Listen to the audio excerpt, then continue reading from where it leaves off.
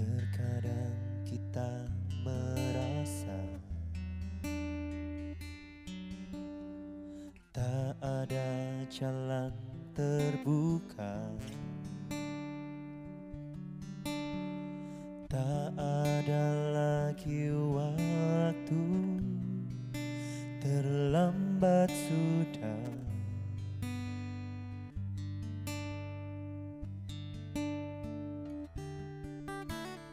Tuhan tak pernah berdusta,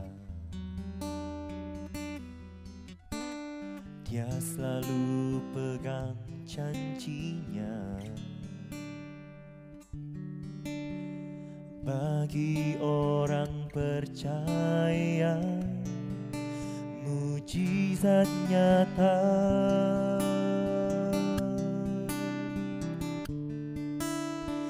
Dia mengerti, Dia peduli persoalan yang sedang terjadi. Dia mengerti, Dia peduli persoalan yang kita alami. Namun satu yang Dia minta, agar kita percaya sampai mujizat menjadi nyata.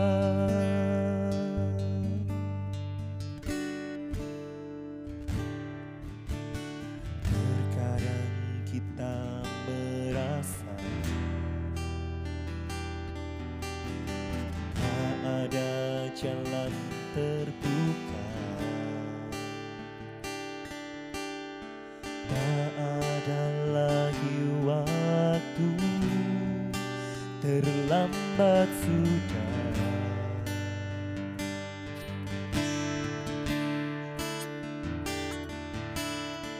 Tuhan tak pernah berdusta,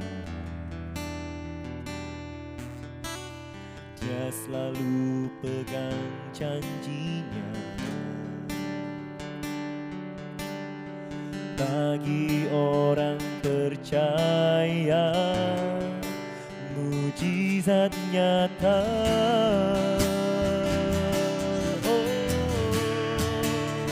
Dia mengerti,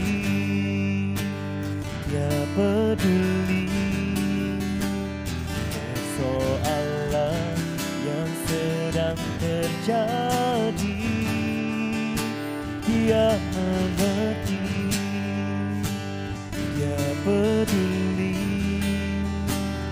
persoalan yang kita alami. Namun satu yang Dia minta, agar kita percaya sampai mujizat menjadi nyata.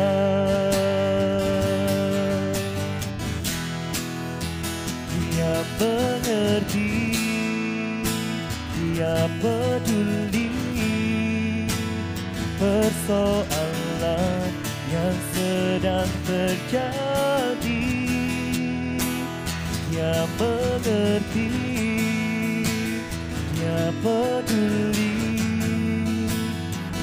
persoalan yang kita alami.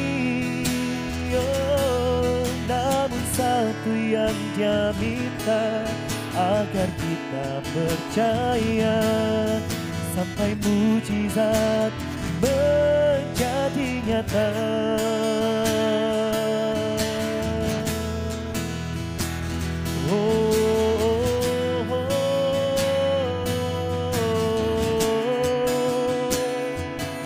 Engkau yang selalu mengerti, Engkau yang selalu peduli persoalan yang ku hadapi, Tuhan. Tiada yang lain, tiada Tuhan yang lain seperti-Mu, Tuhan. Oh,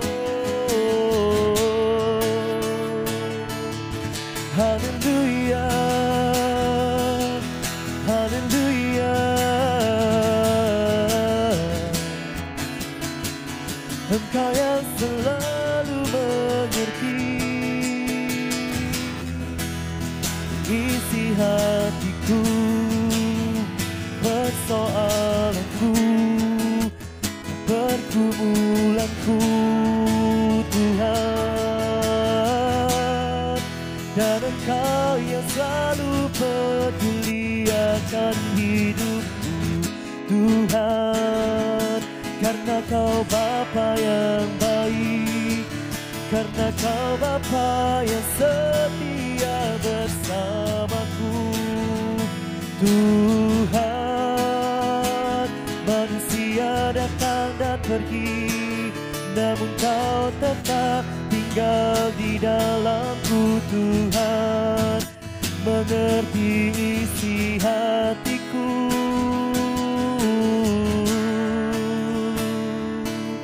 Kau selalu bersamaku Tuhan Yesus.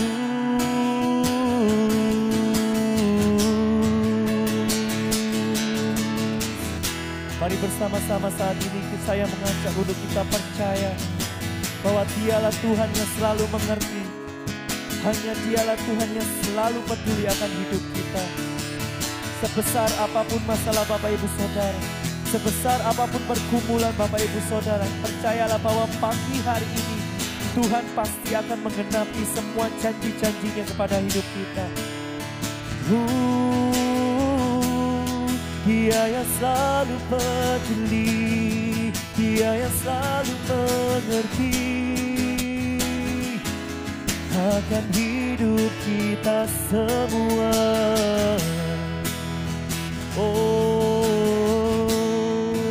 Mari pagi hari ini bersama-sama kita mengangkat kedua tangan kita tinggi. Kita mengangkat tangan tanda kita berserah kepada Tuhan.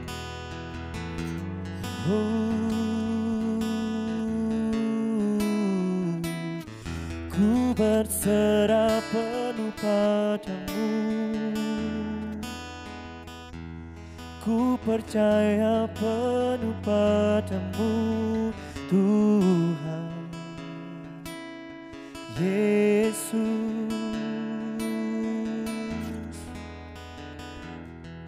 Di saat tak ada pribadi yang peduli akan hidupku, namun satu pribadi yang selalu mengerti, yang selalu mengawasiku, melihatku, menopangku, bahkan membimbingku.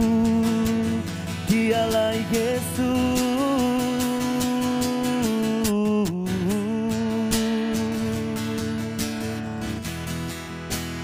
Haleluya, haleluya. Ku percaya Tuhan, ku percaya Yesus, ku percaya Bapakku.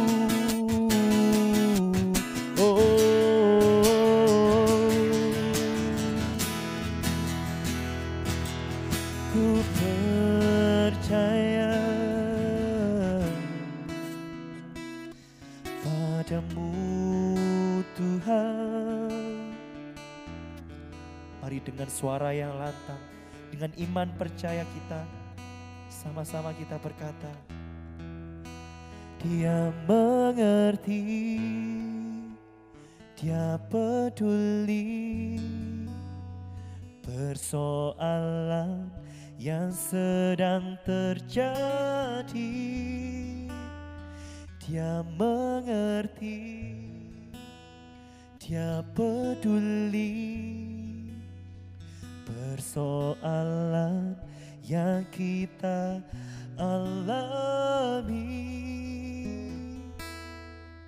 Namun satu yang Dia minta, agar kita percaya sampai mujizat menjadi nyata. Dia mengerti, Dia peduli persoalan yang sedang terjadi. Dia mengerti, Dia peduli persoalan yang kita alami. Yesus, namun satu yang Dia minta, agar kita percaya sampai mujizat menjadi nyata. Namun satu yang Dia minta, agar kita percaya sampai mujizat menjadi nyata. Namun satu yang Dia minta, agar kita percaya sampai mujizat menjadi nyata. Amin.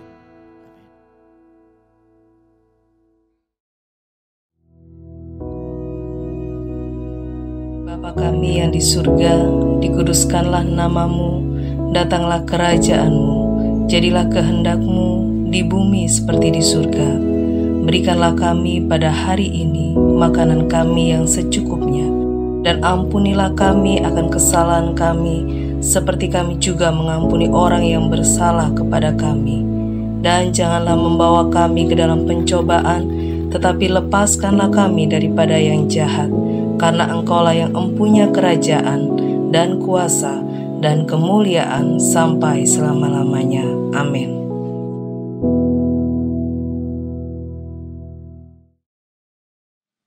Shalom saudaraku, selamat pagi.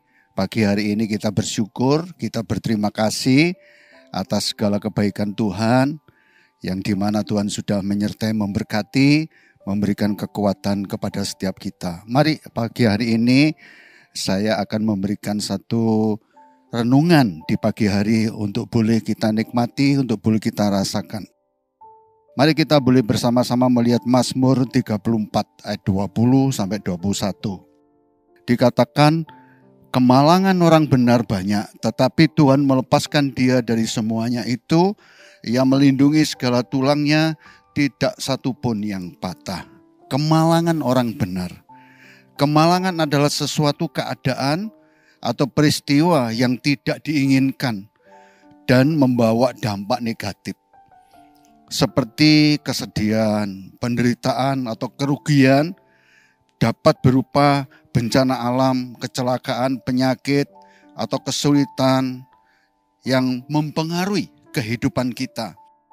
Ada satu kisah di mana tetangga saya, dia mengalami satu kemalangan di mana asalnya dia tukang becak, saudaraku. Tukang becak sudah karena becak sepi, terus dia menjadi polisi 100 di pertigaan.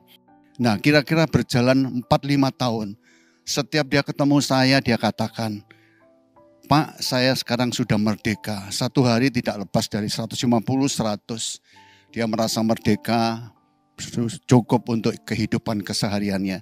Nah, kira-kira 2 minggu yang lalu, saudara, di pertigaan Blimbing itu dipasang bangjo, kalau saya katakan treflek. Jadi dia sekarang sudah tidak ada hasil lagi. Nah, kemalangan itu bisa menimpa setiap kita, ya.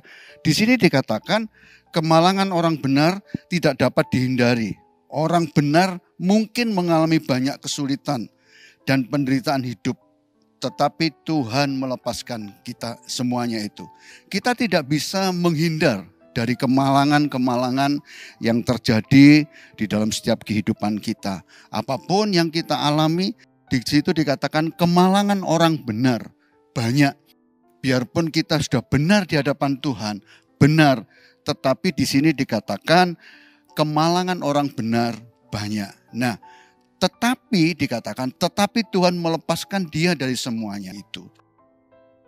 Tetapi adalah kalimat yang digunakan untuk apa? Menunjukkan perbedaan yang kontras atau antara dua penyertaan atau situasi, ya. Tetapi digunakan untuk menghubungkan dua kalimat atau dua frasa yang memiliki makna yang baik. Nah, dikatakan kemalangan orang benar banyak, tetapi Tuhan melepaskan dia. Arti melepaskan itu membebaskan, menyelesaikan, melepaskan dia dari semuanya. Dari semuanya. Nah, pertanyaannya, kalau saat ini kita mengalami kemalangan itu terjadi dalam kehidupan kita, apa yang harus kita kerjakan? Apa yang harus kita lakukan?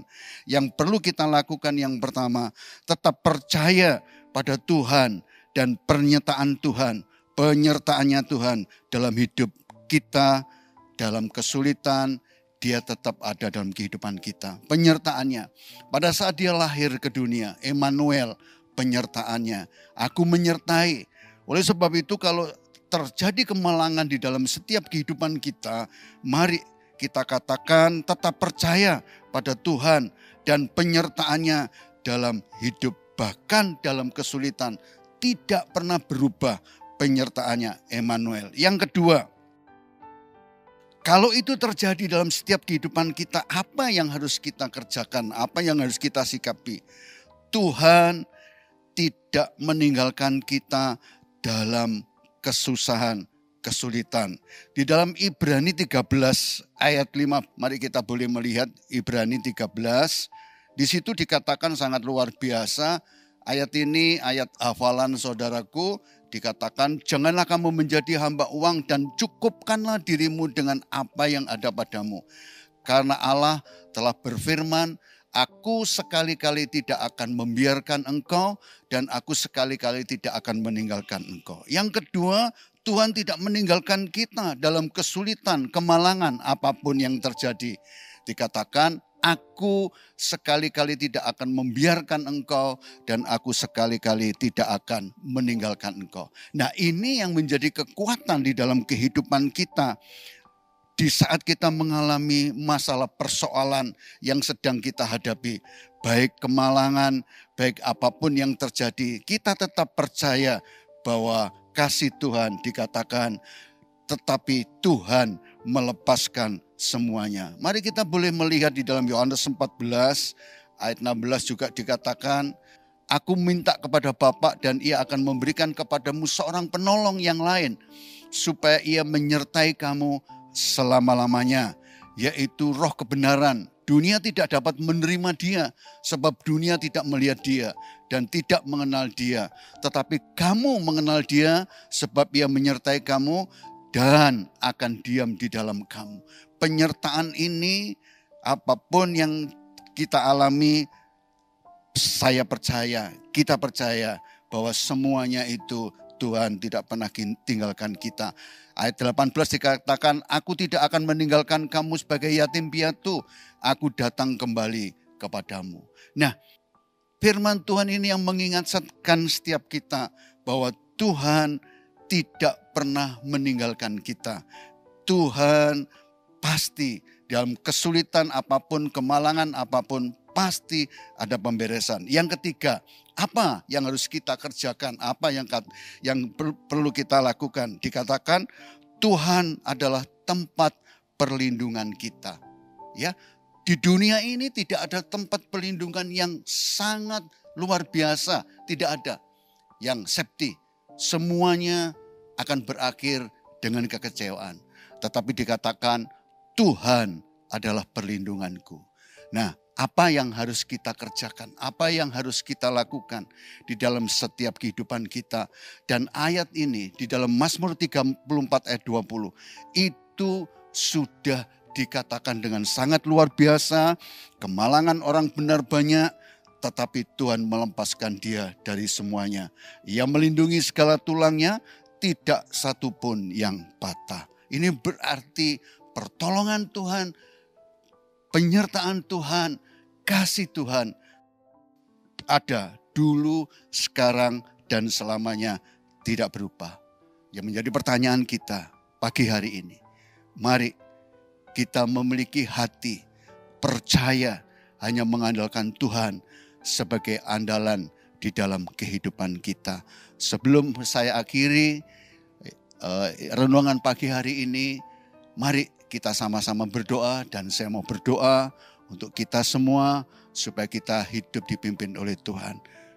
Mari saya akan berdoa. Tuhan, terima kasih pagi hari ini Engkau sudah memberikan satu renungan, memberikan satu nasihat buat setiap kami, supaya kami sadar, supaya kami tahu, supaya kami melihat karya Tuhan dalam kehidupan kami. Sebelum kami melakukan segala aktivitas kehidupan kami keseharian ini, di pagi hari ini kami serahkan kepada Tuhan, biar Tuhan sendiri memimpin menyertai dalam setiap perjalanan hidup kami.